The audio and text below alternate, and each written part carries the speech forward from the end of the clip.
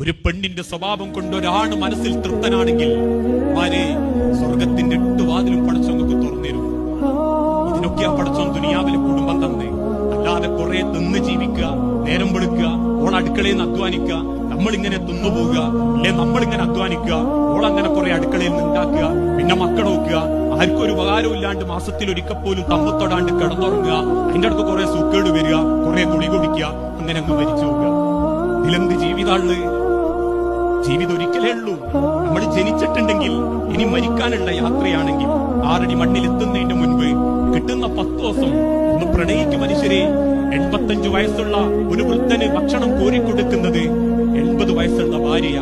ആയുസ്സുള്ള കാലത്ത് നല്ലോണം നോക്കിയ, ആയുസ്സില്ലാത്ത കാലത്ത് പടച്ചോൻ നമുക്കൊരു സംരക്ഷണം തരും ഏതെങ്കിലും വഴിക്ക്.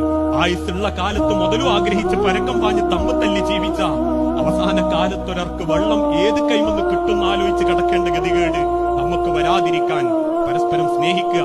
നാളെ മരിച്ചു വന്ന പെണ്ണിന്റെ മുഖത്തോക്കി പറയാൻ പറ്റണം, എന്നെ പറ്റി ഒരു പരാതിയൊക്കെ പറയാനില്ലാന്ന്.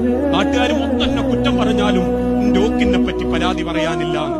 അതോളെപ്പറ്റി അവനും അവനെപ്പറ്റി അവളും പറഞ്ഞ ഓന്റെ നിസ്കാരത്തിനാവല, ഓന്റെ നോമ്പിനാവല, ഓന്റെ ചിഹ്നത്തിനാവല, ഓളുടുത്ത പർദ്ദക്കാവല, ഓള് പഠിച്ച ഖുർആനാവല.